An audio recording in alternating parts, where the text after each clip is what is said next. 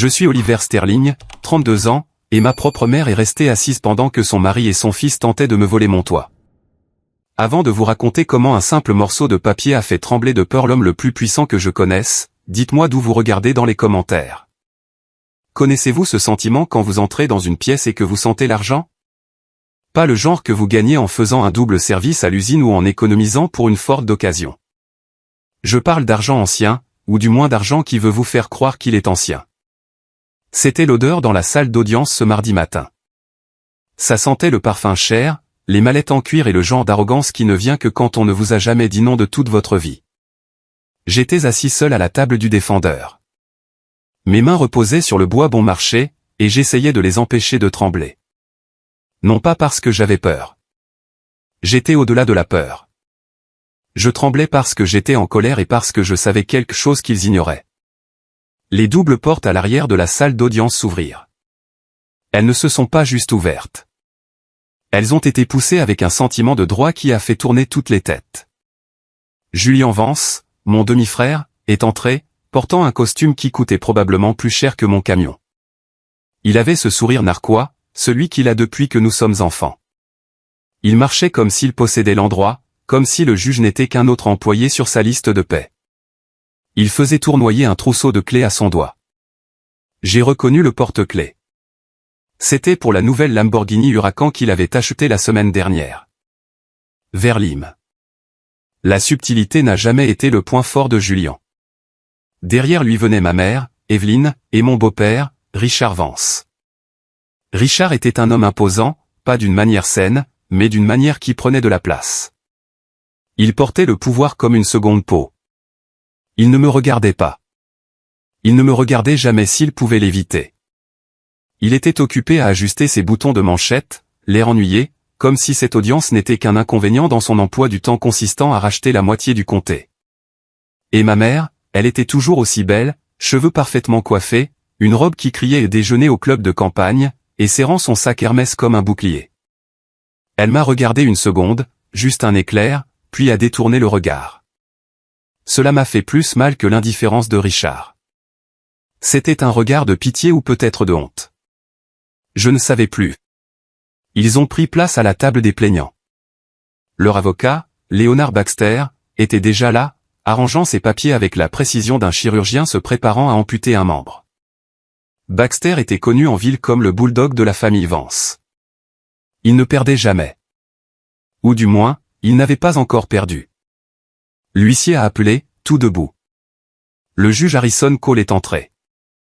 C'était un homme sévère, réputé pour être dur mais juste. Il s'est assis, a ajusté ses lunettes et a regardé les deux tables. D'un côté, les Vance, ressemblant à un portrait de famille royale. De l'autre côté, moi, Oliver Sterling, dans un costume que j'avais acheté il y a 5 ans pour le mariage d'un ami. Il s'agit de la succession d'Arthur Sterling, a dit le juge Cole. Sa voix a résonné dans la pièce silencieuse. Requête en transfert d'actifs d'urgence, spécifiquement la propriété connue sous le nom de Château Sterling, déposée par Monsieur Richard Vance au nom de la famille. Baxter s'est levé. Il n'avait même pas besoin de notes. Votre honneur, a-t-il commencé, sa voix douce comme de l'huile. Nous sommes ici aujourd'hui pour corriger une grave erreur. Mes clients, Monsieur Richard Vance et Madame Evelyne Vance, ainsi que leur fils Julian, sont les gardiens légitimes de l'héritage Sterling. M. Oliver Sterling, malheureusement, a démontré une incapacité totale à gérer une propriété historique aussi importante. J'ai serré la mâchoire. Incapacité. C'était leur angle. Baxter a continué, arpentant légèrement la pièce. Le château exige un entretien financier considérable. Il exige une vision. Monsieur Vance a bâti un empire immobilier. Monsieur Julian Vance dirige une entreprise de médias prospère. Oliver, il m'a fait un geste de la main dédaigneux. Il est architecte, oui, mais il n'a aucun actif, aucune expérience en gestion, et franchement, votre honneur, nous avons des inquiétudes quant à sa stabilité depuis le décès de son grand-père. Richard a hoché la tête solennellement. Ma mère a tapoté ses yeux secs avec un mouchoir. C'était une performance parfaitement répétée. Nous avons des déclarations de témoins, a dit Baxter, tapotant un épais dossier.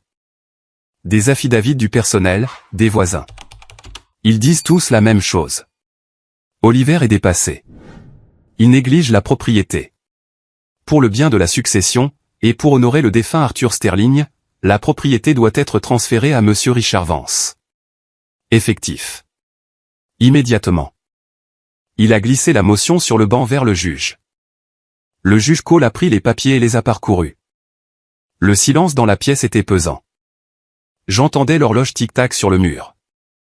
J'entendais Julien taper son stylo sur la table. Un son rythmique agaçant. Le juge a levé les yeux. Il m'a regardé directement. « Monsieur Sterling », a-t-il dit. « Vous vous représentez vous-même aujourd'hui. » Je me suis levé.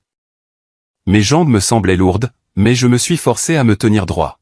« Oui, votre honneur. »« Vous avez entendu la motion », a dit le juge Cole.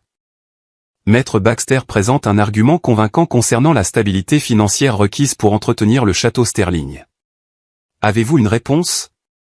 Vous opposez-vous à ce transfert? J'ai regardé Richard. Il regardait sa montre. Il pensait que c'était fini. Il pensait qu'il avait gagné.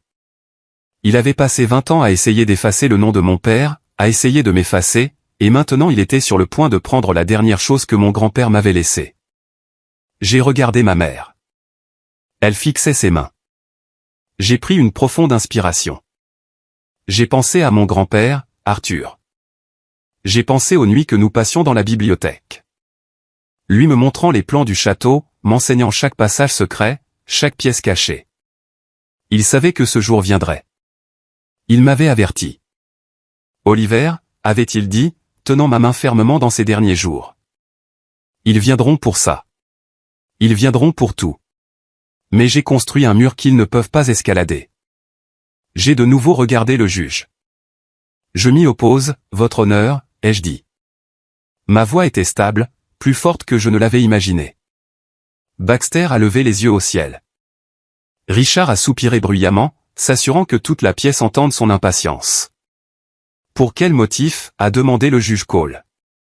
Avez-vous des preuves pour réfuter ces allégations? Avez-vous des dossiers financiers? Des témoins de moralité? J'ai quelque chose de mieux, ai-je dit. Baxter a gloussé. À moins que vous n'ayez un billet de loterie gagnant dans votre poche, mon garçon. Je vous suggère de vous asseoir et de laisser les adultes s'en occuper. Je l'ai ignoré. J'ai regardé l'horloge. 10 heures. Exactement. J'aimerais demander à la cour d'attendre, ai-je dit. Attendre? Le juge Cole a froncé les sourcils. Pourquoi, monsieur Sterling? Pour la dernière personne, ai-je dit. Il devrait être ici tout de suite. Richard s'est penché en avant, chuchotant quelque chose à Baxter. Baxter s'est levé à nouveau. Votre honneur, c'est une tactique dilatoire. Monsieur Sterling fait perdre son temps à la cour. Il n'y a personne d'autre. Nous sommes la famille. Nous sommes les seuls qui comptent. Juste une minute, votre honneur, ai-je dit, s'il vous plaît. Le juge Cole m'a regardé, puis l'horloge. Il semblait peser la demande. C'était un homme qui respectait la procédure, mais il avait aussi un instinct quand les choses n'étaient pas tout à fait justes. Je vous accorde une minute, a dit le juge Cole. Les secondes s'écoulaient. Julien a poussé un grand gémissement et s'est affaissé dans sa chaise. C'est ridicule, a-t-il marmonné. J'ai une réservation pour le déjeuner à midi. 30 secondes. Richard s'est tourné pour me regarder, un ricanement se formant sur ses lèvres. Lâche l'affaire, Oliver. C'est fini. Retourne dans ton petit appartement et laisse-nous arranger le désordre que tu as créé. 45 secondes. Mon cœur battait la chamade contre mes côtes. Est-ce que quelque chose avait mal tourné? Avait-il été retardé? Richard l'avait-il atteint? 50 secondes. Baxter s'est levé. Votre honneur, c'est sûrement suffisant. Bam. Les portes de la salle d'audience ne se sont pas ouvertes cette fois-ci. Elles ont été ouvertes fermement avec autorité. Un homme est entré. Il était grand, portant un costume noir taillé à la perfection. Il portait une mallette en cuir qui semblait avoir vu des centaines de salles de conseil et gagné des batailles dans chacune d'elles. Il avait les cheveux argentés, soigneusement peignés en arrière, et des yeux qui balayaient la pièce comme un faucon repérant sa proie. Elias Thorne. La pièce est devenue silencieuse. Même Julian a arrêté de taper son stylo. Il y avait une énergie autour d'Elias. Une gravité qui attirait l'attention de tous. Il n'a pas regardé Richard. Il n'a pas regardé ma mère. Il a marché directement dans l'allée centrale. Ses pas ont résonné sur le parquet en bois. Il a dépassé la barre et s'est arrêté juste à côté de moi. Il a hoché la tête une fois, un mouvement à peine perceptible de son menton. « Votre honneur » a dit Elias. Sa voix était profonde, résonnante. Mes excuses pour le retard. Le trafic sur le pont. Le juge Cole a regardé par-dessus ses lunettes. Et vous êtes ? Je suis Elias Thorne, a-t-il dit. Je suis le cadre supérieur de la Hawthorne Trust. La tête de Richard s'est redressée d'un coup. J'ai vu la couleur de son visage s'évanouir. Hawthorne Trust. Même Richard Vance savait qui ils étaient. Ils géraient le genre d'argent qui ne faisait pas de publicité, le genre d'argent qui contrôlait les gouvernements. Hawthorne Trust. Baxter a bafouillé. Qu'est-ce que cela a à voir avec cette affaire ? Nous discutons de l'homologation de la succession d'Arthur Sterling. Elias l'a ignoré. Il a posé sa mallette sur la table et a ouvert les loquets. Clac. Clac. Le son était comme deux coups de feu dans la pièce silencieuse. Il a sorti une seule enveloppe épaisse. Elle était scellée avec de la cire rouge. Votre honneur, a dit Elias. Maître Baxter agit en vertu d'un malentendu. Il croit que le château Sterling fait partie de la succession. Ce n'est pas le cas. Il s'est approché du banc et a remis l'enveloppe au juge. Ceci est l'acte de fiducie, a dit Elias. Établi il y a 7 ans par le défunt Arthur Sterling. Il place le château, les terrains et tous les actifs associés dans une fiducie irrévocable. Irrévocable, a dit Baxter, sa voix montant d'un octave. C'est impossible. Nous avons le testament. Le testament, a coupé Elias en douceur, couvre les effets personnels. Le château n'est pas un effet personnel. C'est un héritage et il n'appartient plus à Arthur Sterling. Il appartient à la fiducie. Le juge Cole a brisé le seau de cire. Il a sorti les documents et a commencé à lire. Ses yeux se sont écarquillés. Il a tourné la page, puis une autre. Il a levé les yeux vers Elias, puis vers Richard, et enfin vers moi. Ce document, a murmuré le juge Cole. Il s'est penché vers son microphone. Ce document stipule que le seul bénéficiaire de la fiducie avec tous les droits de résidence et de gestion est Oliver Sterling. Richard s'est levé, faisant tomber sa chaise en arrière. C'est un mensonge. Arthur était sénile. Il ne savait pas ce qu'il faisait. Ce document est un faux. Monsieur Vance, asseyez-vous, a aboyé le juge Cole. Je ne m'assiérai pas, a crié Richard. Son visage virait à une dangereuse teinte violette. J'ai mis des millions dans cette famille. Ce château est à moi.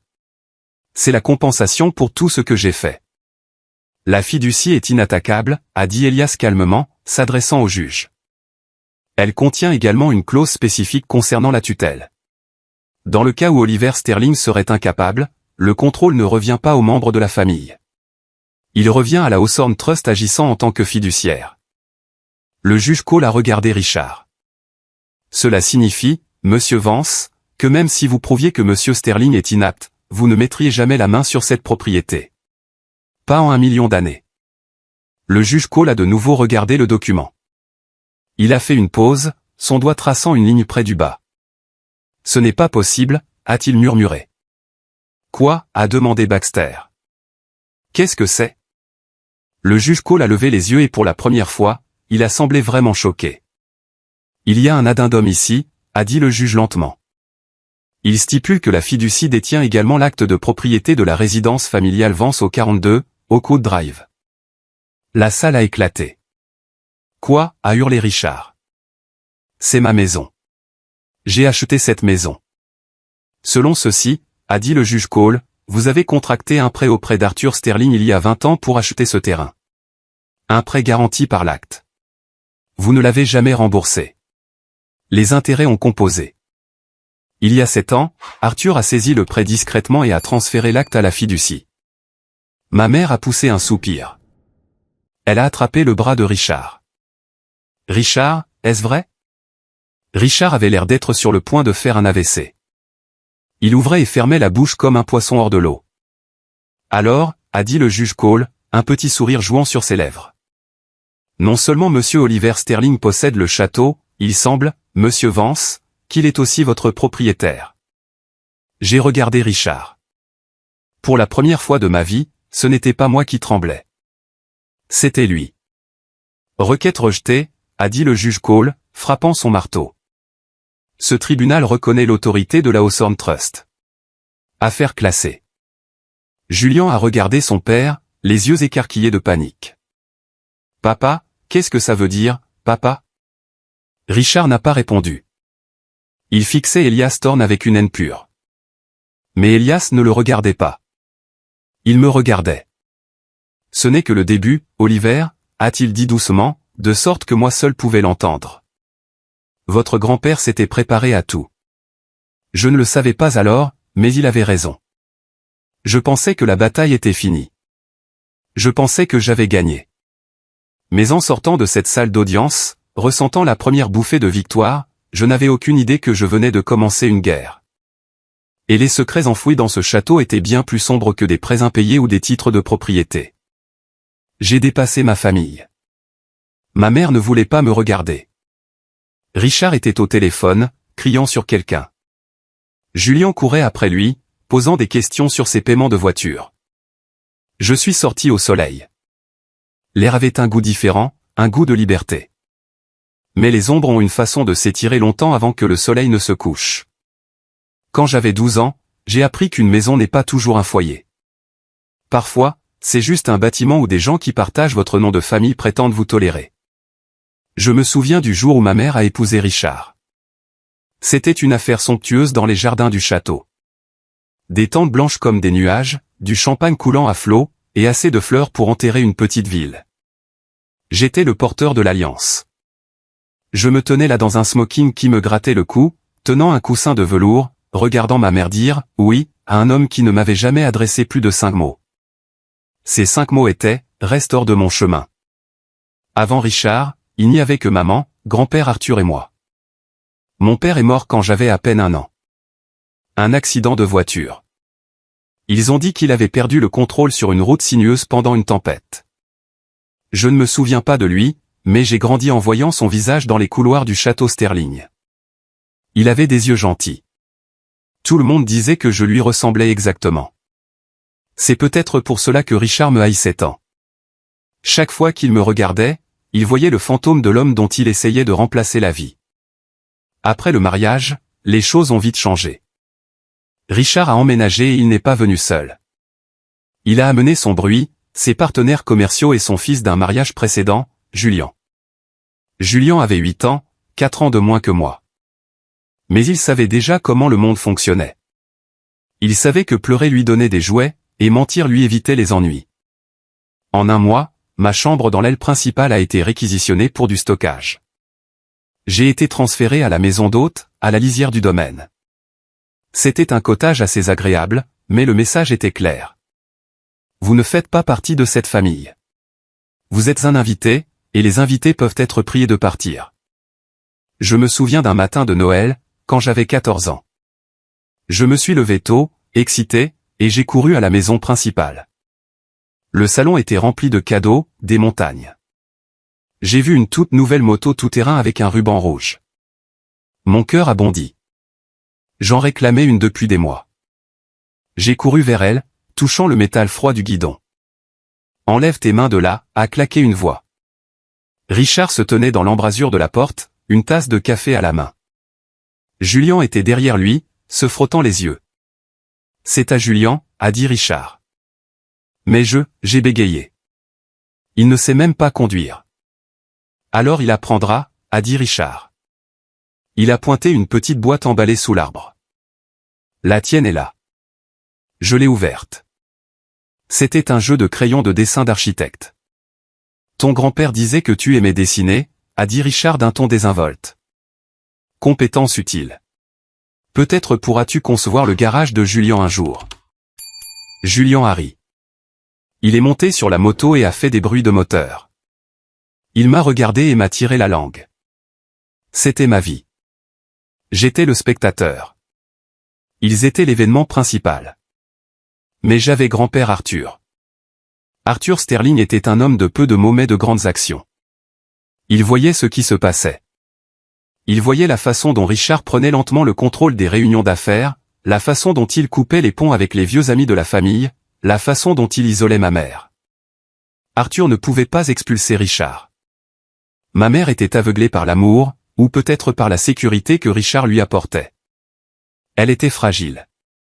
La perte de mon père avait brisé quelque chose en elle, et Richard était la colle qui maintenait les morceaux ensemble.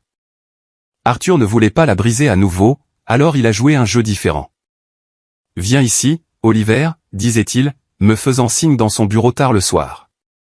Le bureau était mon sanctuaire. Il sentait le vieux papier, le tabac à pipe et le chêne. Il étalait les plans du château. Cet endroit, disait-il, traçant les lignes avec un doigt tremblant, est plus que des pierres et du mortier. Il a une mémoire. Il se souvient de ceux qu'il aime et de ceux qui veulent juste le vendre. Il m'a tout appris, comment les fondations avaient été posées en 1920, quel mur était porteur, où se trouvait le panneau caché dans la bibliothèque qui menait à la cave à vin. Il m'a appris l'existence de la fiducie, les responsabilités de la richesse, l'honneur. Richard est un requin, m'a dit Arthur un jour. Nous étions assis sur la terrasse, regardant Richard crier sur un jardinier pour une mauvaise herbe oubliée. Les requins doivent rester en mouvement pour respirer. Ils mangent tout sur leur passage. Mais sais-tu ce qui tue un requin, Oliver? Non, grand-père, ai-je dit. Un filet, a-t-il dit. Un filet qu'il ne voit pas avant d'être déjà emmêlé dedans. Je ne comprenais pas alors ce qu'il voulait dire. Je pensais qu'il était juste métaphorique. Il y a 3 semaines, Arthur est mort. C'était soudain, un AVC dans son sommeil. Ou du moins, c'est ce que le médecin a dit. Le médecin que Richard avait engagé. Les funérailles étaient un flou de costumes noirs et de fausses larmes. Richard a prononcé l'éloge funèbre. Il a parlé de partenariat, d'héritage et d'aller de l'avant. Il n'a pas mentionné la gentillesse d'Arthur. Il ne m'a pas mentionné.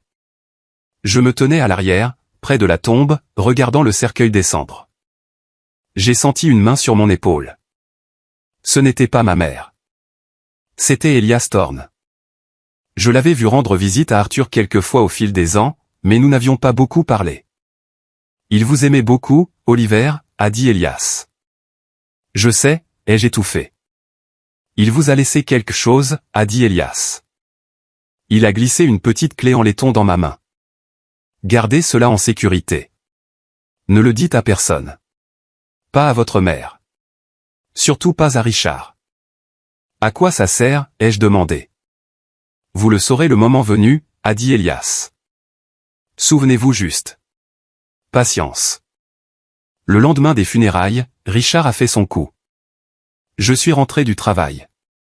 J'étais un architecte junior dans un cabinet en ville quand j'ai découvert que les serrures de la maison d'hôte avaient été changées. Mes vêtements étaient dans des sacs poubelles sur le porche. Qu'est-ce que c'est que ça, ai-je demandé, frappant à la porte d'entrée du château principal. Richard a ouvert. Il souriait. Nous faisons des changements, Oliver. Nous avons besoin de la maison d'hôte pour le personnel. Julian développe son équipe média. Vous ne pouvez pas me mettre dehors, ai-je dit. Grand-père a dit que je pouvais vivre ici. Grand-père est mort, a dit Richard froidement. Et la maison appartient à la succession, que je contrôle. Vous avez 24 heures pour déplacer votre camion et vos affaires de ma propriété. Maman, ai-je crié. Maman. Elle est apparue dans le couloir derrière lui. Elle avait l'air pâle, fatiguée. Maman, dis-lui, ai-je plaidé. Elle a regardé Richard, puis moi. Oliver, c'est peut-être le moment de trouver ton propre endroit. Tu as 32 ans. Il est temps de passer à autre chose. Passer à autre chose. J'ai eu l'impression d'avoir reçu un coup de poing dans l'estomac. C'est ma maison. Plus maintenant, a dit Richard. Il m'a claqué la porte au nez. J'ai dormi dans mon camion cette nuit-là. Je l'ai garé plus loin sur la route. En regardant le château sur la colline. J'ai vu les lumières s'allumer dans le hall principal. J'ai vu des ombres bouger. Ils célébraient.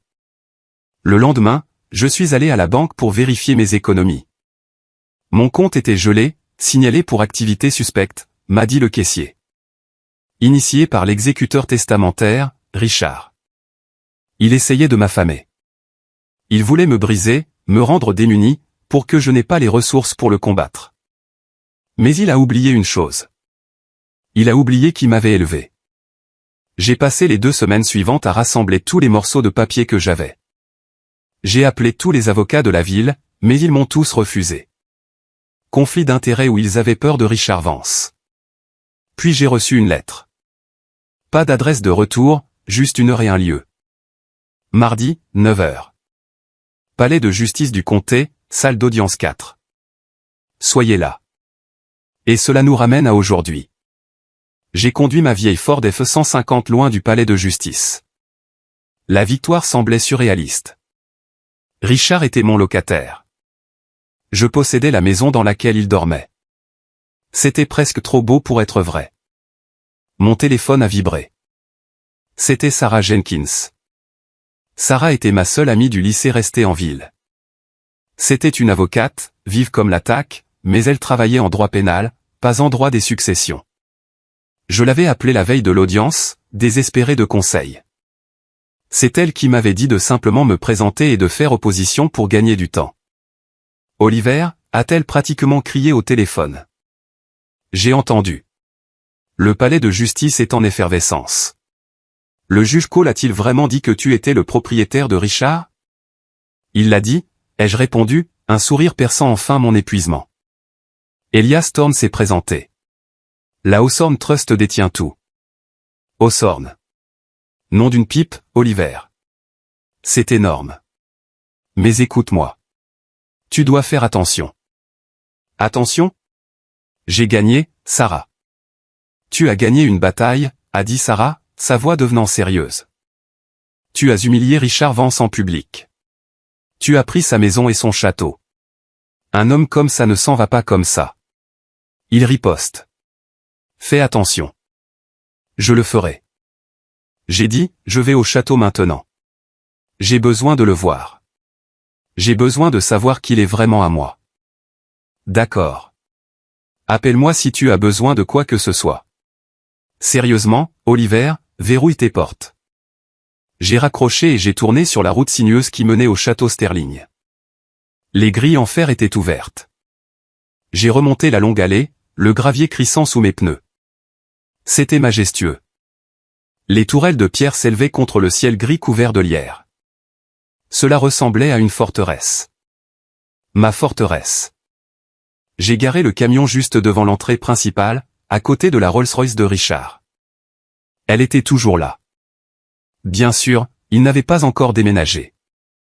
J'ai monté les marches et poussé les lourdes portes en chêne. Bonjour, ai-je appelé. La maison était silencieuse. Trop silencieuse. Je suis entré dans le hall. Le grand escalier se dressait devant moi. Oliver. Je me suis retourné. Richard se tenait dans l'embrasure du salon. Il tenait un verre de whisky à la main. Sa cravate était desserrée. Il avait l'air échevelé, mais ses yeux étaient dangereux. Richard, ai-je dit, je suppose que vous faites vos valises. Il a ri. Un son bas et sec. Faire mes valises? Non, je fête. Fêter quoi? Fêter le fait que tu es prévisible, a-t-il dit. Il a pris une gorgée de sa boisson. Tu penses qu'un morceau de papier change quoi que ce soit? Tu penses que tu peux gérer cet endroit? Le tribunal le pense, ai-je dit. Le tribunal ne sait pas ce que je sais, a dit Richard. Le tribunal ne sait pas pour l'enquête. Quelle enquête? Richard a souri. C'était un sourire de loup. Celle sur l'abus de personnes âgées. Celle sur la façon dont tu as contraint un vieil homme mourant à te céder ses biens. C'est un mensonge, ai-je dit, m'avançant. Vraiment? Richard a sorti une télécommande de sa poche et l'a pointée vers la télévision murale au-dessus de la cheminée. L'écran a pris vie. C'était une séquence granuleuse. Des images de caméras de sécurité. J'ai vu une pièce, la chambre de mon grand-père. J'ai vu Arthur allongé dans son lit et je me suis vu, mais ce n'était pas moi. C'était quelqu'un qui me ressemblait, portant mes vêtements. La silhouette à l'écran criait, penché sur le lit, secouant le vieil homme. Signé, vieil homme. Signé ou je vous laisserai pourrir ici. Mon sang s'est glacé. Je n'avais jamais fait ça. Je ne lui avais jamais parlé comme ça. Qu'est-ce que c'est, ai-je murmuré.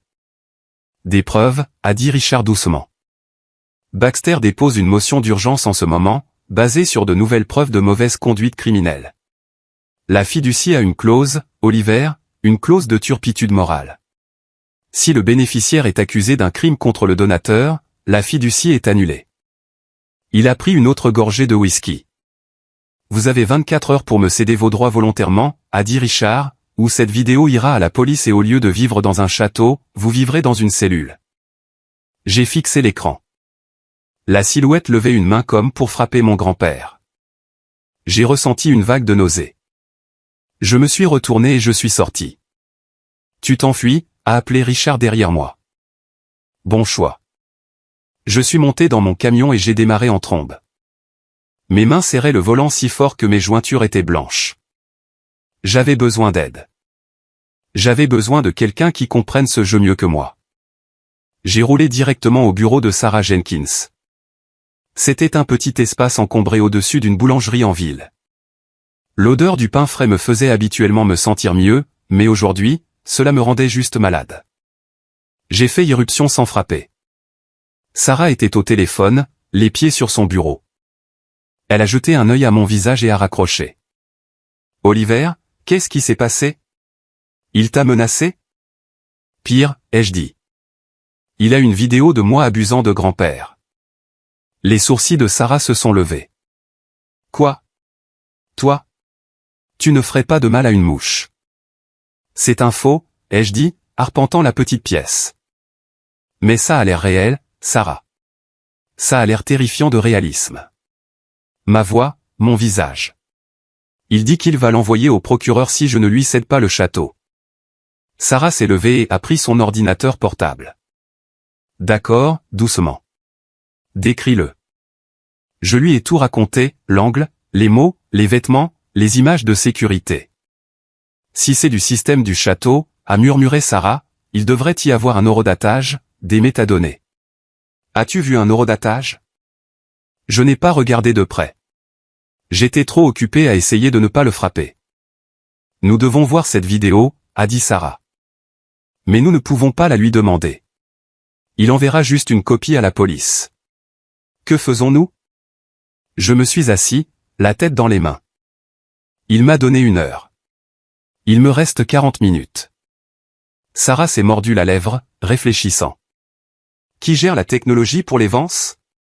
Qui aurait la capacité de faire un deepfake aussi bon aussi vite ? Julian, ai-je dit instantanément.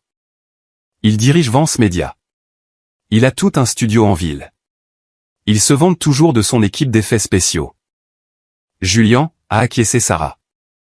D'accord, si Julian l'a fait, il y a une trace numérique, mais nous ne pouvons pas obtenir un mandat en 40 minutes. Juste à ce moment-là, mon téléphone a vibré. Un numéro connu. J'ai hésité, puis j'ai décroché.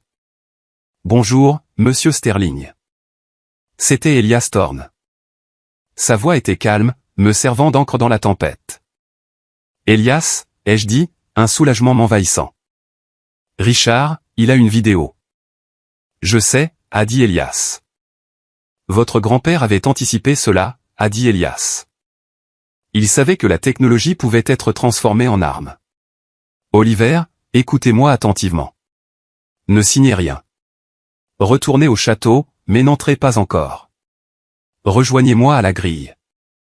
Mais l'heure, Richard bluffe sur l'heure, a dit Elias. Il veut que vous signiez parce qu'il sait que la vidéo ne tiendra pas la route lors d'une véritable enquête, mais il sait aussi qu'elle détruira votre réputation à court terme. Nous devons le battre à son propre jeu. Comment ? Venez à la grille, a dit Elias. Et amenez Madame Jenkins. Nous aurons besoin d'un témoin. J'ai regardé Sarah. Allons-y. Nous avons couru jusqu'au château. Aux lourdes grilles de fer, une berline noire attendait. Elias Thorne est sorti. Il n'était pas seul. Un jeune homme vêtu d'un sweat à capuche et d'un jean était assis sur le siège passager avec un ordinateur portable. C'est Alex, a dit Elias. Il travaille pour la division cybersécurité de Hawthorne. Alex n'a pas levé les yeux de son écran. Je suis dans le serveur de Vance Media. Leur pare-feu est une blague. C'est comme un morceau de gruyère. Vous les avez piratés, a demandé Sarah, impressionnée. Appelons ça un audit agressif, a dit Elias en douceur. Alex, qu'avez-vous trouvé? Un dossier de projet intitulé Le vieil homme, a dit Alex. Créé il y a 3 jours. Les journaux de rendu montrent une génération de deepfakes utilisant des échantillons de voix d'Oliver provenant, semble-t-il, de messages vocaux et des échantillons vidéo d'un mariage. Mon cousin s'est marié. Je me suis rendu compte que j'avais prononcé un discours. Julien l'avait enregistré. Voici l'arme fumante, a dit Alex. Ils ont utilisé un acteur de base pour les mouvements corporels. J'ai les séquences brutes de l'acteur. Un gars en combinaison verte debout dans un studio. Il a tourné l'ordinateur portable. Nous avons regardé un homme en combinaison de capture de mouvement verte crier à une chaise vide. Signé, vieil homme. Signé. Je t'ai eu, a murmuré Sarah. C'est la preuve. J'ai dit que nous pouvions l'arrêter. Pas seulement l'arrêter, a dit Elias, ses yeux s'endurcissant. Nous allons le briser, mais nous devons le faire publiquement. Si nous lui montrons cela en privé, il le niera, détruira les preuves et tentera autre chose. Nous devons le laisser jouer sa main. Que voulez-vous dire, ai-je demandé. Laissez-le déposer la motion, a dit Elias. Laissez-le soumettre la vidéo au tribunal une fois qu'elle sera versée au dossier. C'est un crime, un parjure, une falsification de preuves. Ensuite, nous agirons. Mais ça veut dire que je vais être arrêté, ai-je dit. Ça veut dire que mon nom sera traîné dans la boue. C'est un risque, a admis Elias. Mais c'est le seul moyen de s'assurer qu'il aille en prison et ne puisse plus jamais vous toucher, ni le domaine. Me faites-vous confiance, Oliver? J'ai regardé le château. J'ai regardé Sarah. Elle a hoché la tête lentement. Je vous fais confiance, ai-je dit. Le lendemain matin, la tempête a éclaté. Les titres hurlaient, héritier de la fortune sterling accusé d'abus envers les personnes âgées. La police est arrivée à mon appartement à 8 heures. Ils étaient polis mais fermes. J'ai été menotté, passé devant les caméras clignotantes. J'ai vu Julien dans la foule de journalistes, l'air sombre, secouant la tête. C'est une tragédie, l'ai-je entendu dire à un journaliste. Nous avons essayé de l'aider. Nous avons essayé de lui obtenir de l'aide. J'ai passé la nuit dans une cellule de détention. Ça sentait l'urine et le désespoir. J'étais assis sur la couchette métallique, rejouant le plan dans ma tête. Attendre l'audience. Attendre l'audience. L'audience d'urgence était fixée 2 jours plus tard. Baxter avait agi rapidement, affirmant que j'étais un danger pour le domaine et la communauté. Je suis entré dans la salle d'audience en combinaison orange. C'était humiliant. Ma mère était là encore, pleurant dans un mouchoir. Richard avait l'air solennel, comme un parent en deuil. Le juge Cole avait l'air furieux. Il m'a fusillé du regard. Monsieur Sterling, a-t-il dit, ce sont des accusations odieuses.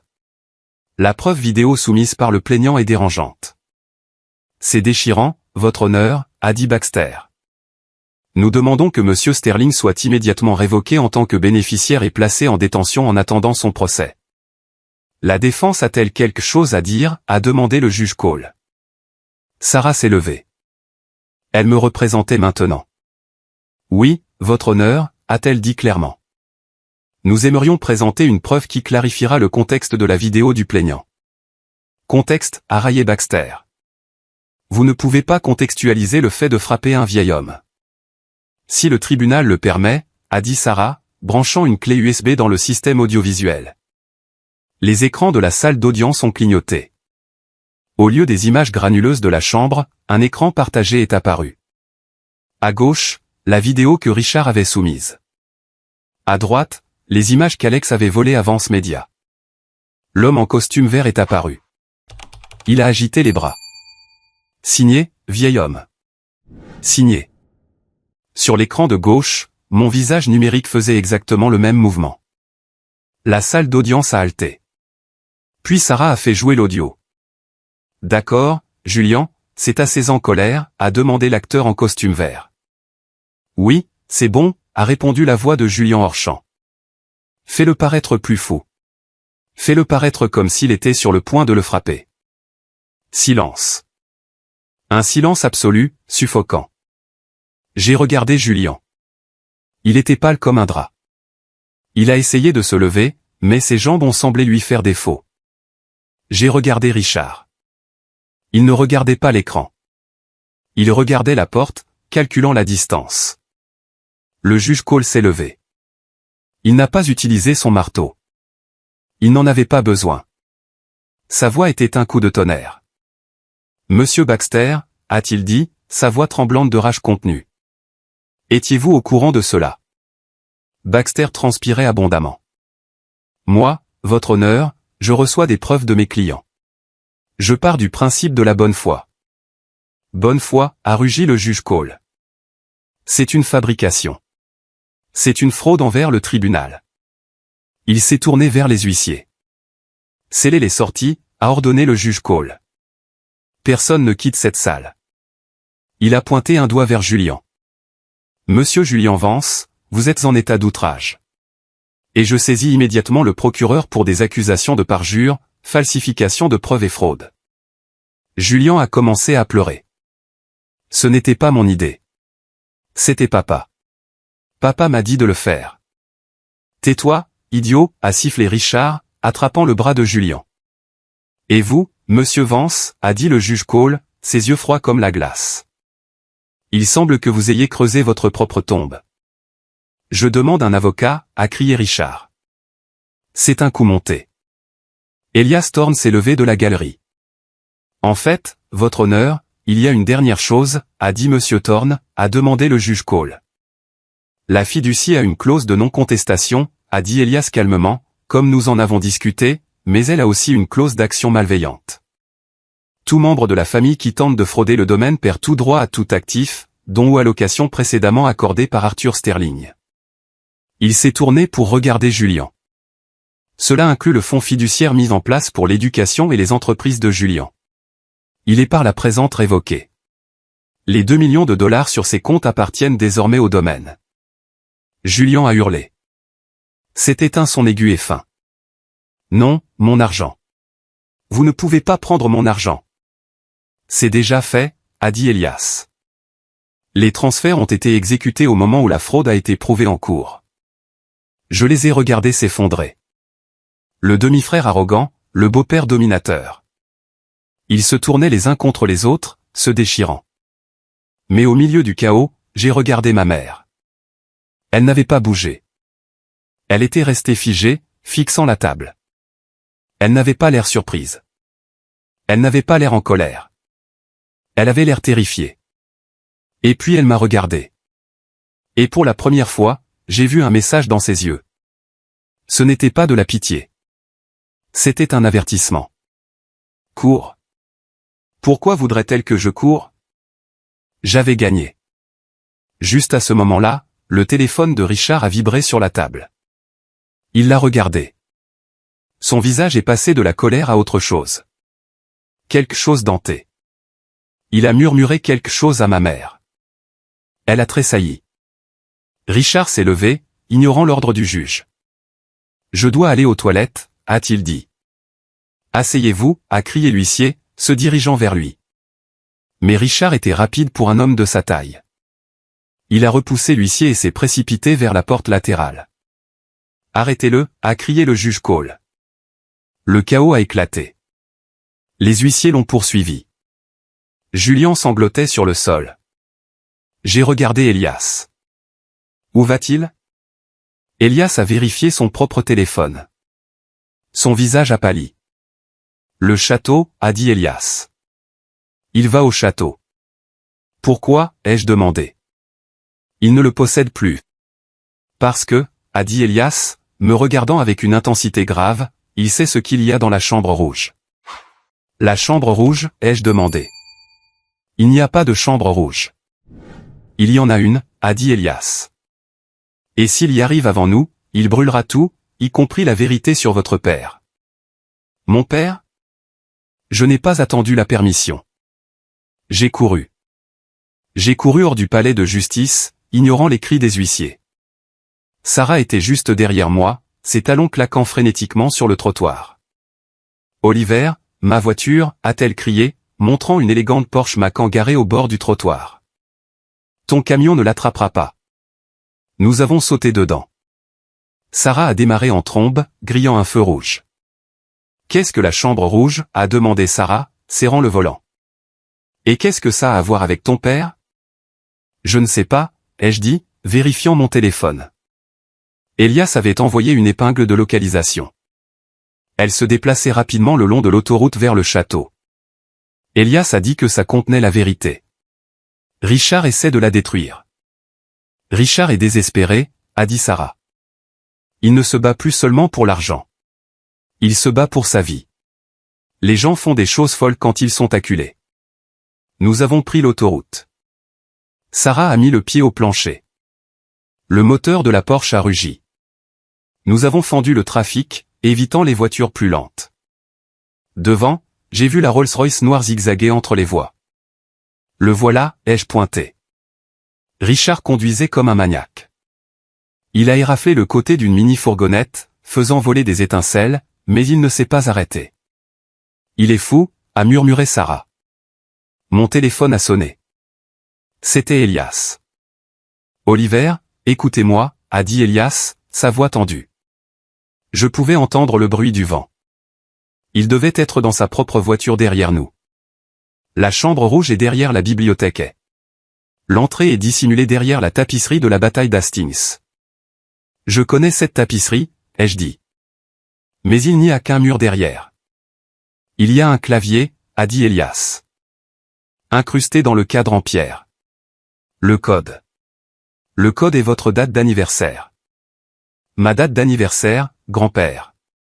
Qu'est-ce qu'il y a là-dedans, Elias, ai-je demandé. Dites-moi. Votre grand-père a passé 20 ans à enquêter sur l'accident, a dit Elias. L'accident qui a tué votre père. Il ne croyait pas que c'était un accident. Il a trouvé des choses. Des preuves. Mon estomac s'est noué. Preuve de quoi? Preuve que les conduites de frein ont été coupées, a dit Elias. Et preuve de qui a payé pour cela. J'ai eu l'impression de ne plus pouvoir respirer. Richard. C'était Richard. Il n'a pas seulement volé mon héritage. Il a volé mon père. Il va le brûler, ai-je dit, ma voix froide. Ne le laissez pas faire, a dit Elias. Mais soyez prudent. Il est dangereux. Nous avons pris la sortie vers le domaine. La Rolls-Royce prenait de la distance sur les routes sinueuses. Richard connaissait ces virages aussi bien que moi.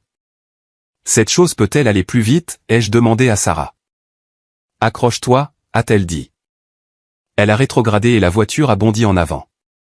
Nous avons dérapé à travers les grilles ouvertes du château. La Rolls-Royce était déjà garée à l'emporte-pièce sur la pelouse avant, des traces de pneus déchirant l'herbe. La portière du conducteur était ouverte. J'ai sauté avant que la voiture ne s'arrête complètement. Appelle la police, ai-je crié à Sarah. Dis-leur qu'il est armé. J'ai sprinté les marches. La porte d'entrée était défoncée. Richard n'avait pas utilisé de clé.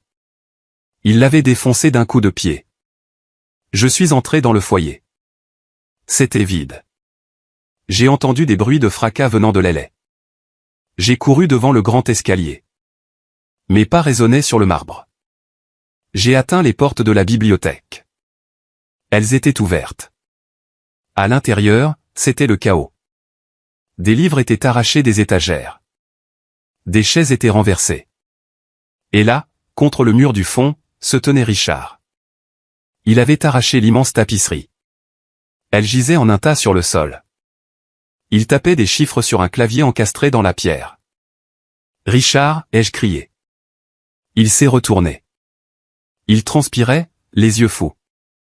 Il tenait un briquet argenté dans une main et une bouteille de liquide inflammable dans l'autre. « Toi, a-t-il grogné. Tu n'as pas pu laisser tomber, n'est-ce pas? Tu n'as pas pu simplement prendre l'argent et partir. Tu l'as tué, ai-je dit, m'avançant lentement vers lui. Tu as tué mon père. » Il était faible, a crié Richard. Il ne savait pas comment utiliser cette richesse.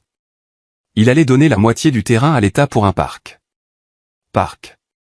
J'ai vu le potentiel. J'ai vu l'empire. Alors, tu l'as assassiné. J'ai pris une décision commerciale, a hurlé Richard. Le clavier a bipé vert. Clic. Une section du mur de pierre s'est ouverte. Richard a attrapé la poignée et a tiré. Un escalier sombre et étroit a été révélé. Il a vaporisé du liquide inflammable dans l'ouverture sombre. Non. J'ai bondi sur lui. Richard a balancé la bouteille de liquide inflammable, me frappant à la tête. J'ai trébuché en arrière, voyant des étoiles. Il a allumé le briquet. « Adieu, Oliver » a-t-il dit. Il a jeté le briquet allumé dans le trou. Ouch! Une boule de feu a éclaté de l'escalier, mais ensuite quelque chose s'est passé.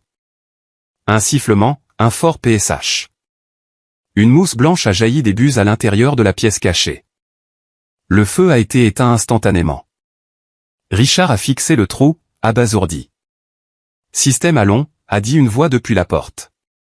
Nous nous sommes tous les deux tournés. Elias Thorne se tenait là, tenant une arme.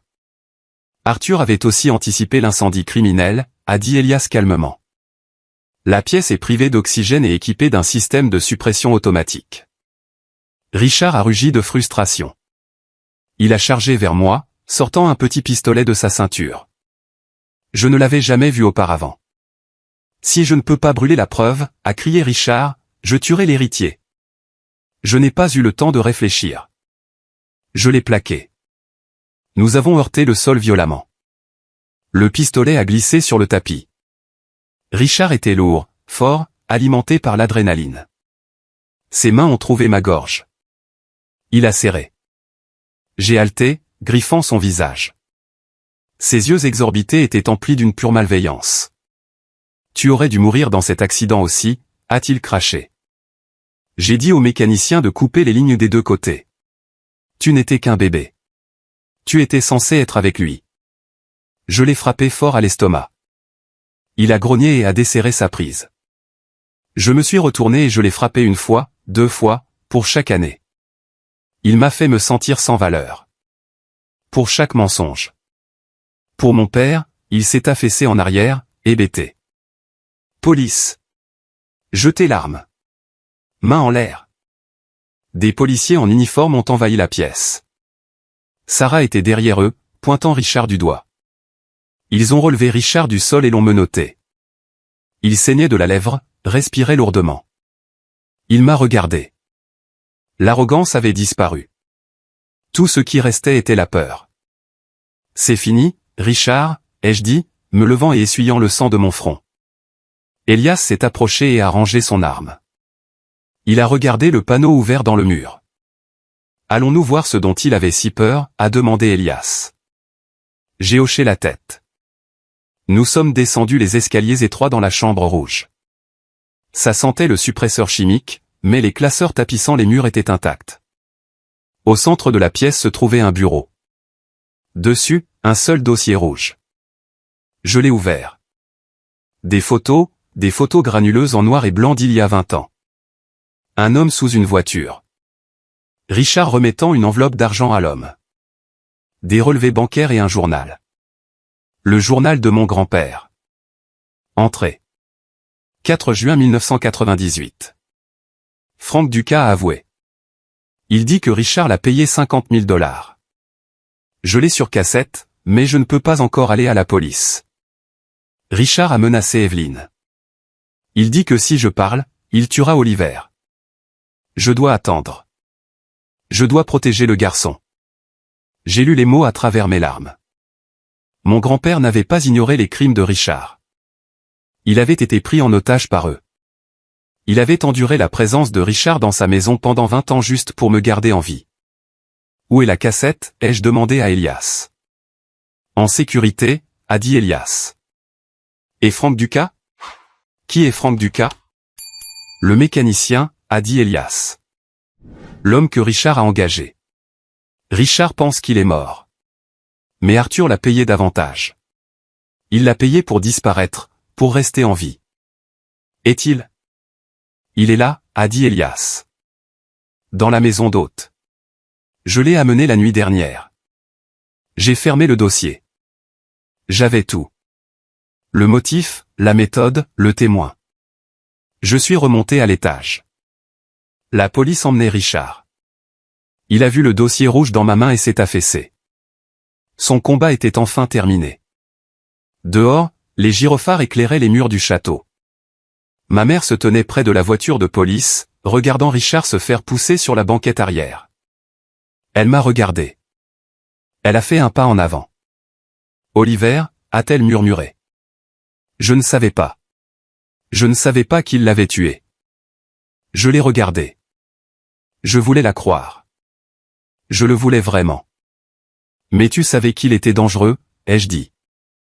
Et tu l'as laissé rester. Tu l'as laissé m'élever. Elle a commencé à pleurer. J'avais peur. Moi aussi, ai-je dit. Mais je n'ai pas vendu mon âme. Je me suis détourné d'elle et j'ai marché vers Sarah et Elias. Le cauchemar était terminé.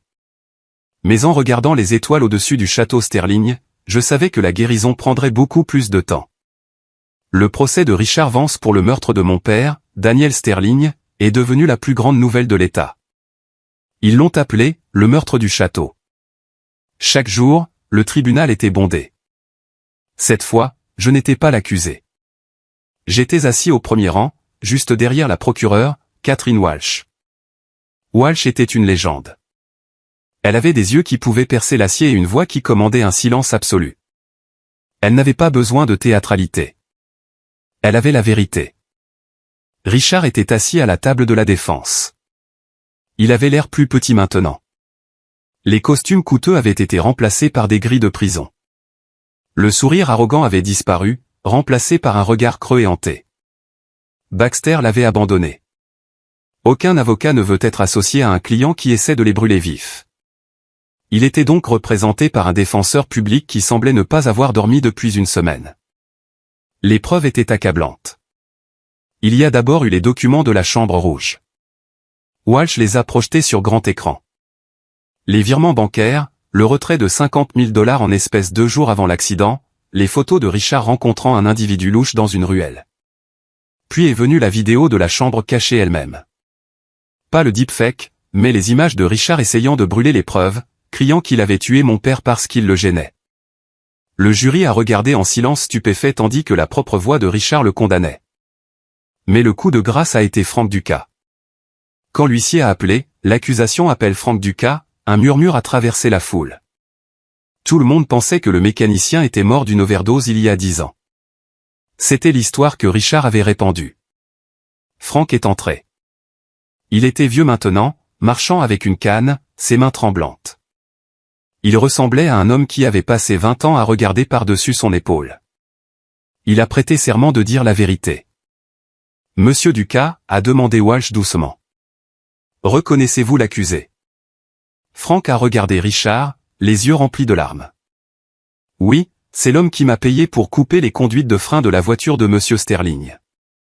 Racontez-nous ce qui s'est passé, a dit Walsh. J'étais endetté, a dit Franck, sa voix se brisant.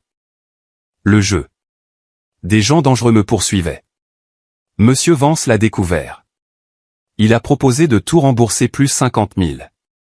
Il a dit qu'il fallait que ça ressemble à un accident. Et vous l'avez fait? Que Dieu me pardonne. Oui. Franck a pleuré. J'ai coupé la conduite de fluide juste assez pour qu'elle lâche quand il freinerait fort, comme dans un virage. Et après avoir appris la nouvelle, il est mort. Et le bébé Oliver, il n'était pas dans la voiture. Dieu merci. Monsieur Vance était furieux. Il m'a dit de quitter la ville où j'y passerai aussi. Pourquoi êtes-vous revenu? Parce qu'Arthur Sterling m'a retrouvé, a dit Franck. Il m'a retrouvé une semaine plus tard. Je pensais qu'il allait me tuer, mais il ne l'a pas fait. Il m'a donné le choix. aller à la police et peut-être être tué par les contacts de Vance, ou disparaître. Le laisser me protéger jusqu'à ce que le moment soit venu. Il m'a regardé directement. J'ai attendu 20 ans pour dire « Je suis désolé, Oliver ». Je lui ai fait un signe de tête. Les larmes coulaient sur mon visage. Je ne lui pardonnais pas. Il avait tué mon père, mais je le comprenais. Il n'était qu'un autre pion dans le jeu de Richard. Le jury a délibéré moins de 2 heures. Coupable de tous les chefs d'accusation. Quand le verdict a été lu, Richard n'a pas réagi. Il a juste fixé la table. Mais alors qu'il l'emmenait, il s'est arrêté. Il m'a regardé une dernière fois. « Tu penses que tu as gagné ?» a-t-il râlé. « Tu es comme ton grand-père, un gardien de fantômes. Tu mourras seul dans cette grande maison froide. » Peut-être, ai-je dit, mais je mourrai avec une conscience tranquille. Il a été condamné à la prison à vie sans possibilité de libération conditionnelle. Les conséquences ont été rapides. L'Empire Vance s'est effondré du jour au lendemain. L'IRS est intervenu, gelant les actifs. Les créanciers ont frappé à la porte. Julian, privé de son fonds fiduciaire et faisant face à des accusations pour la vidéo deepfake, a conclu un accord de plaidoyer. Il a obtenu 3 ans de probation et des travaux d'intérêt général. Il a perdu son entreprise, sa Lamborghini, son Pantouse. Je l'ai vu une fois travailler dans un lave-auto à la périphérie de la ville. Il m'a vu passer dans mon camion. Il n'a pas fait de signe de la main. Il a juste baissé les yeux et a continué à frotter. Ma mère, c'était la partie la plus difficile. Elle n'a pas été inculpée. Il n'y avait aucune preuve qu'elle savait pour le meurtre, mais la cour de l'opinion publique l'avait condamnée. Elle était la femme qui a dormi à côté d'un meurtrier pendant 20 ans. Les amis de la haute société ont disparu. Les adhésions au club ont été révoquées. Elle a déménagé dans un petit appartement en Floride. Elle m'appelle parfois. Les conversations sont courtes, maladroites. Nous parlons du temps. Nous ne parlons pas du passé. Mais il y avait un dernier secret, un dernier rebondissement que la Chambre rouge recelait. Une semaine après le procès, j'étais de retour au château.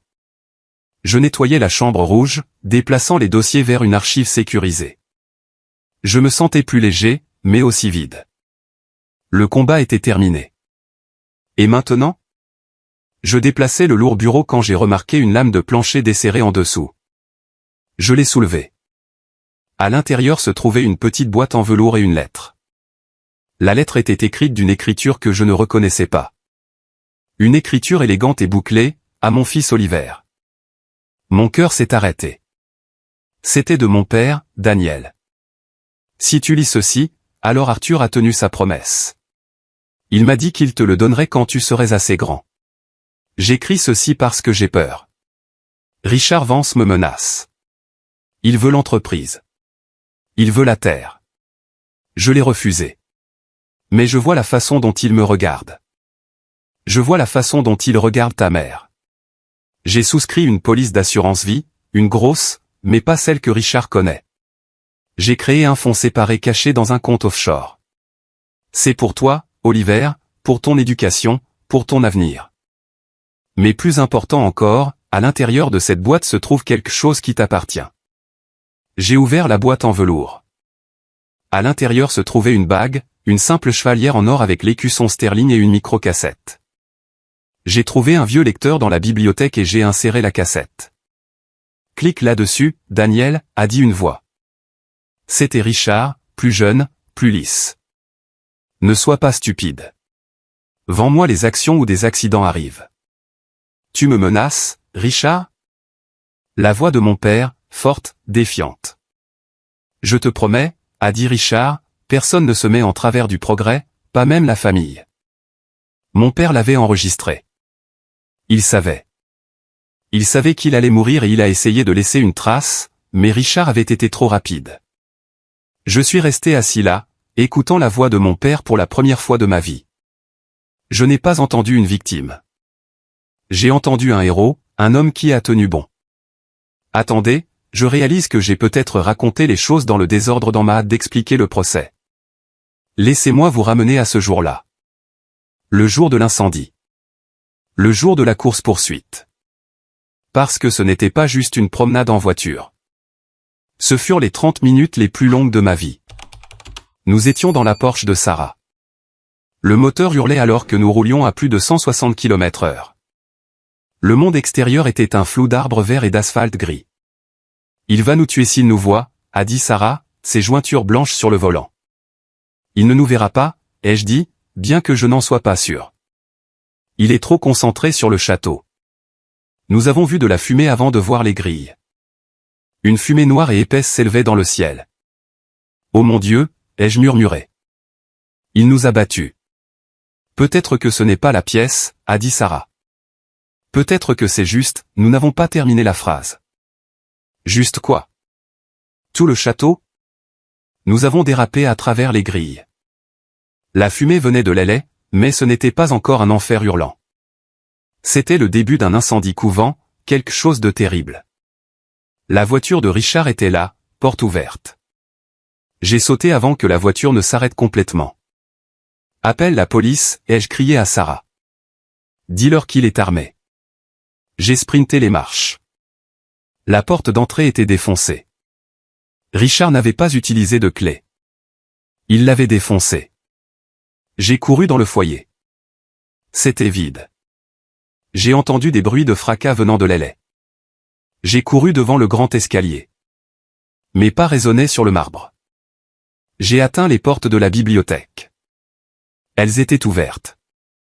À l'intérieur, c'était le chaos. Des livres étaient arrachés des étagères. Des chaises étaient renversées. Et là, contre le mur du fond, se tenait Richard. Il avait arraché l'immense tapisserie. Elle gisait en un tas sur le sol. Il tapait des chiffres sur un clavier encastré dans la pierre. Richard, ai-je crié. Il s'est retourné. Il transpirait, les yeux fous. Il tenait un briquet argenté dans une main et une bouteille de liquide inflammable dans l'autre. Toi, a-t-il grogné. Tu n'as pas pu laisser tomber, n'est-ce pas? Tu n'as pas pu simplement prendre l'argent et partir. Tu l'as tué, ai-je dit, m'avançant lentement vers lui. Tu as tué mon père. Il était faible, a crié Richard. Il ne savait pas comment utiliser cette richesse. Il allait donner la moitié du terrain à l'État pour un parc. Parc. J'ai vu le potentiel. J'ai vu l'empire. Alors, tu l'as assassiné. J'ai pris une décision commerciale, a hurlé Richard. Le clavier a bipé vert. Clic. Une section du mur de pierre s'est ouverte. Richard a attrapé la poignée et a tiré. Un escalier sombre et étroit a été révélé. Il a vaporisé du liquide inflammable dans l'ouverture sombre. Non. J'ai bondi sur lui. Richard a balancé la bouteille de liquide inflammable, me frappant à la tête. J'ai trébuché en arrière, voyant des étoiles. Il a allumé le briquet. Adieu, Oliver, a-t-il dit. Il a jeté le briquet allumé dans le trou. Ouch. Une boule de feu a éclaté de l'escalier, mais ensuite quelque chose s'est passé. Un sifflement, un fort PSH. Une mousse blanche a jailli des buses à l'intérieur de la pièce cachée. Le feu a été éteint instantanément. Richard a fixé le trou, abasourdi. Système allons, a dit une voix depuis la porte. Nous nous sommes tous les deux tournés. Elias Thorne se tenait là, tenant une arme. Arthur avait aussi anticipé l'incendie criminel, a dit Elias calmement. La pièce est privée d'oxygène et équipée d'un système de suppression automatique. Richard a rugi de frustration. Il a chargé vers moi, sortant un petit pistolet de sa ceinture. Je ne l'avais jamais vu auparavant. Si je ne peux pas brûler la preuve, a crié Richard, je tuerai l'héritier. Je n'ai pas eu le temps de réfléchir. Je l'ai plaqué. Nous avons heurté le sol violemment. Le pistolet a glissé sur le tapis. Richard était lourd, fort, alimenté par l'adrénaline. Ses mains ont trouvé ma gorge. Il a serré. J'ai haleté, griffant son visage. Ses yeux exorbités étaient emplis d'une pure malveillance. Tu aurais dû mourir dans cet accident aussi, a-t-il craché. J'ai dit au mécanicien de couper les lignes des deux côtés. Tu n'étais qu'un bébé. Tu étais censé être avec lui. Je l'ai frappé fort à l'estomac. Il a grogné et a desserré sa prise. Je me suis retourné et je l'ai frappé 1 fois, 2 fois, pour chaque année. Il m'a fait me sentir sans valeur. Pour chaque mensonge. Pour mon père, il s'est affaissé en arrière, hébété. Police. Jetez l'arme. Main en l'air. Des policiers en uniforme ont envahi la pièce. Sarah était derrière eux, pointant Richard du doigt. Ils ont relevé Richard du sol et l'ont menotté. Il saignait de la lèvre, respirait lourdement. Il m'a regardé. L'arrogance avait disparu. Tout ce qui restait était la peur. C'est fini, Richard, ai-je dit, me levant et essuyant le sang de mon front. Elias s'est approché et a rangé son arme. Il a regardé le panneau ouvert dans le mur. Allons-nous voir ce dont il avait si peur, a demandé Elias. J'ai hoché la tête. Nous sommes descendus les escaliers étroits dans la chambre rouge. Ça sentait le suppresseur chimique, mais les classeurs tapissant les murs étaient intacts. Au centre de la pièce se trouvait un bureau. Dessus, un seul dossier rouge. Je l'ai ouvert. Des photos granuleuses en noir et blanc d'il y a 20 ans. Un homme sous une voiture. Richard remettant une enveloppe d'argent à l'homme.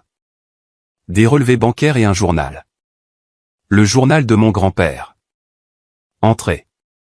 4 juin 1998. Frank Ducas a avoué. Il dit que Richard l'a payé 50 000 $. Je l'ai sur cassette, mais je ne peux pas encore aller à la police. Richard a menacé Evelyn. Il dit que si je parle, il tuera Oliver. Je dois attendre.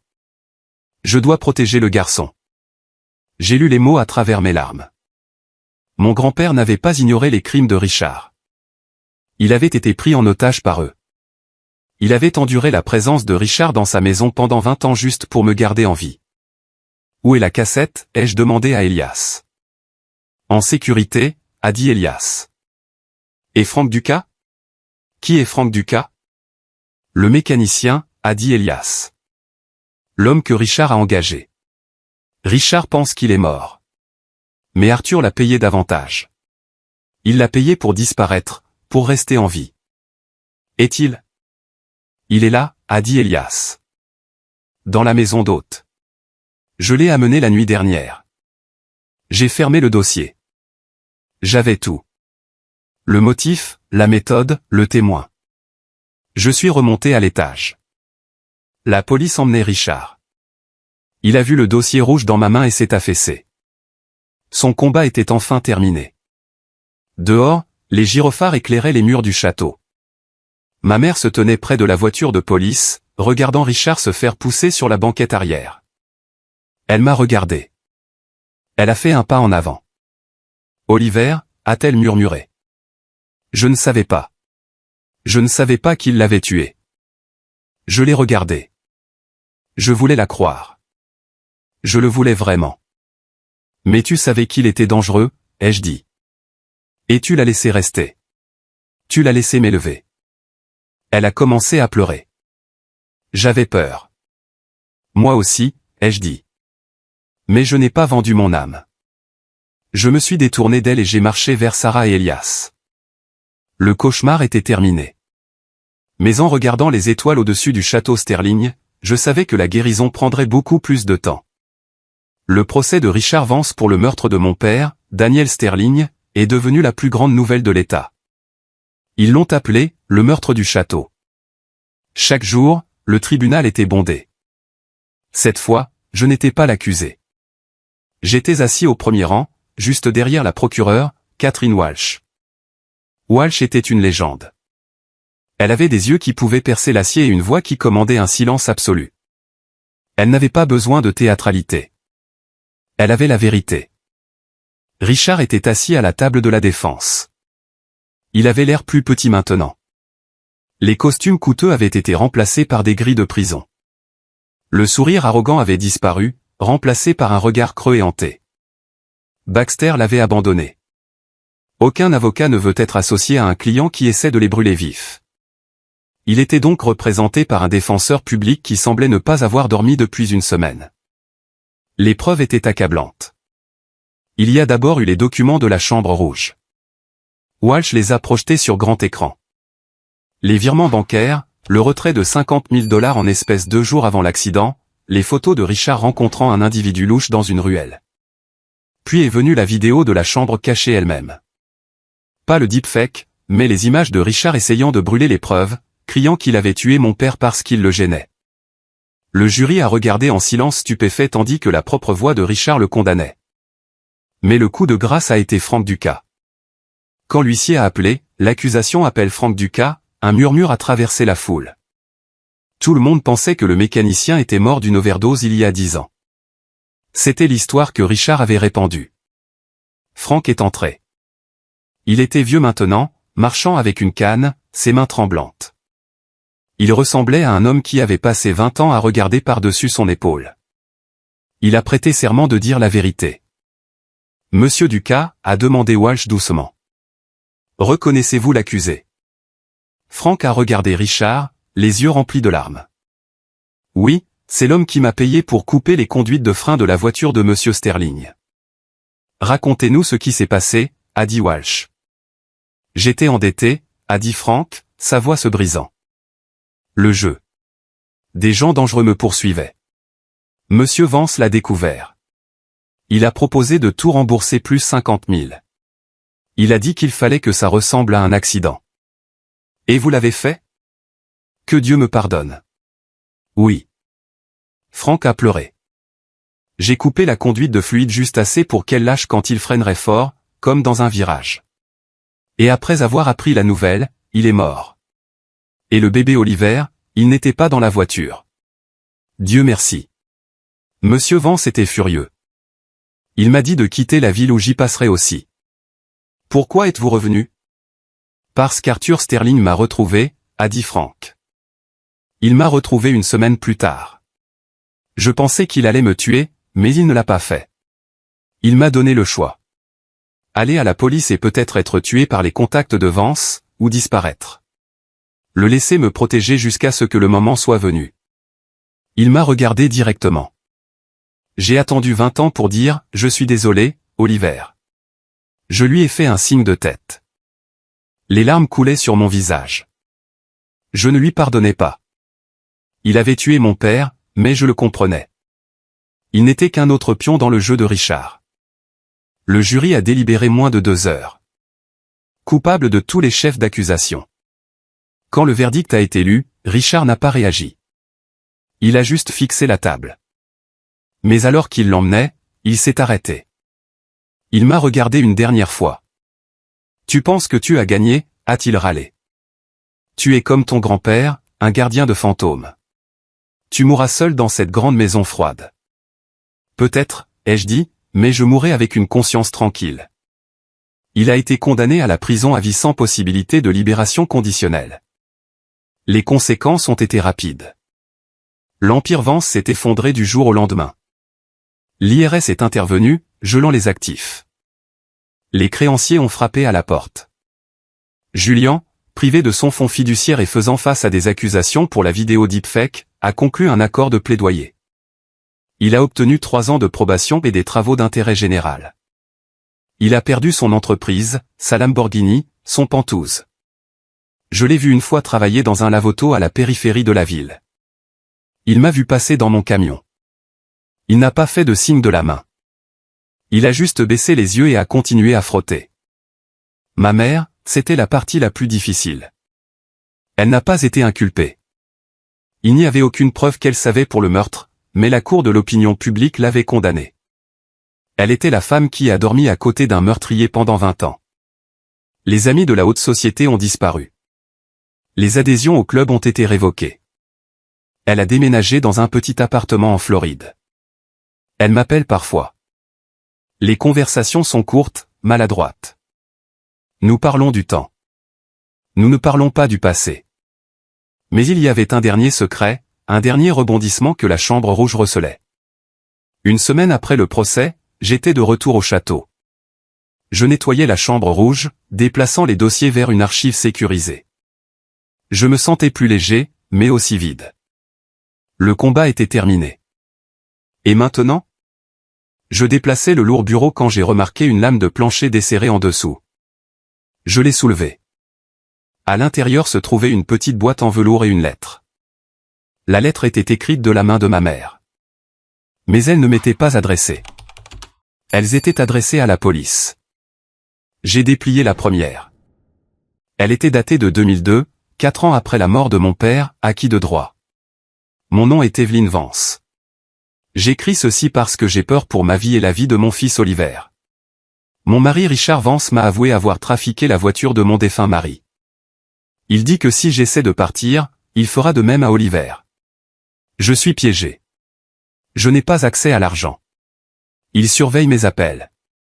Je cache cette lettre au cas où il m'arriverait quelque chose. S'il vous plaît, sauvez mon fils. Il y avait une douzaine de lettres comme celle-ci, non envoyées. Je me suis assis par terre, les papiers tremblants dans mes mains. Elle n'avait pas seulement été faible. Elle avait été prisonnière. Elle avait essayé de s'exprimer, du moins sur papier. Elle les avait cachés ici, au seul endroit où Richard ne regardait jamais, la bibliothèque de grand-père, espérant que quelqu'un les trouverait si elles disparaissaient. Pourquoi ne les a-t-elle pas données à grand-père? Peut-être qu'elle n'a pas pu l'atteindre. Peut-être que Richard la surveillait de trop près.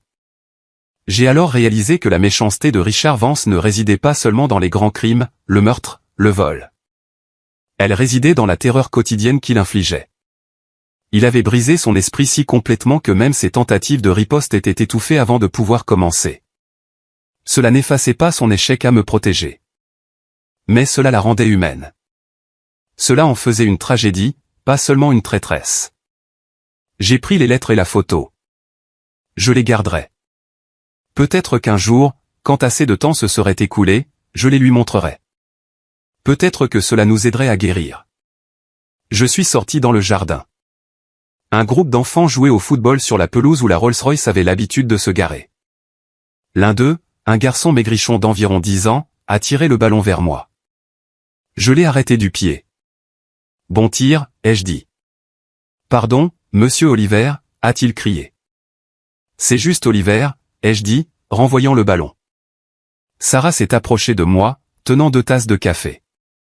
Elle avait l'air fatiguée mais heureuse. Nous avions passé les 6 derniers mois à lutter contre la bureaucratie pour mettre la fondation en marche. On dirait que tu as vu un fantôme, a-t-elle dit en me tendant une tasse. Peut-être bien, ai-je dit, touchant la poche où se trouvaient les lettres. Mais je pense que les fantômes se reposent enfin.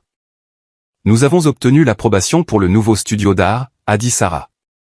Et les documents promotionnels pour le gala de collecte de fonds sont prêts. Bien, ai-je dit. Grand-père aurait aimé ça. Il disait toujours qu'un château est inutile à moins qu'il ne protège des gens. Il vous a protégé, a dit Sarah. Il l'a fait. Et maintenant nous les protégeons, ai-je dit. J'ai levé les yeux vers la tour principale. Le drapeau de la famille Sterling flottait à nouveau, claquant dans le vent. Ce n'était plus un symbole de richesse. C'était un symbole de résilience. Richard Vance était dans une cellule, fixant des murs de béton. Julien raclait du ciment, apprenant la valeur $1.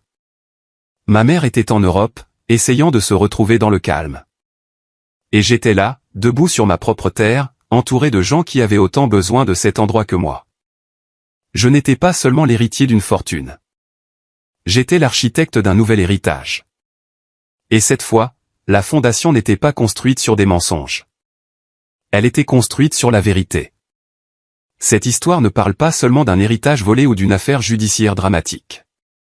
Elle parle de la nature insidieuse de la cupidité et de la façon dont elle peut démanteler une famille de l'intérieur. Richard Vance pensait que le pouvoir venait de la propriété, du titre de propriété, des voitures chères. Il croyait pouvoir effacer la vérité avec l'argent et l'intimidation. Mais la vraie leçon ici est sur le pouvoir de la documentation et de la patience.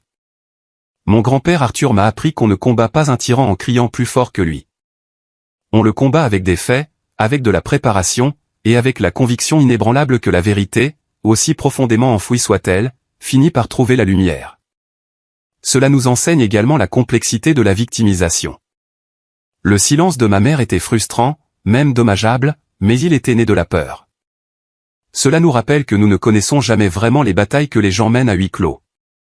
Cependant, le message le plus important est que votre héritage est ce que vous construisez, pas ce qui vous est donné. J'aurais pu prendre le château et devenir un autre Richard accumulant les richesses. Au lieu de cela, j'ai choisi de briser le cycle.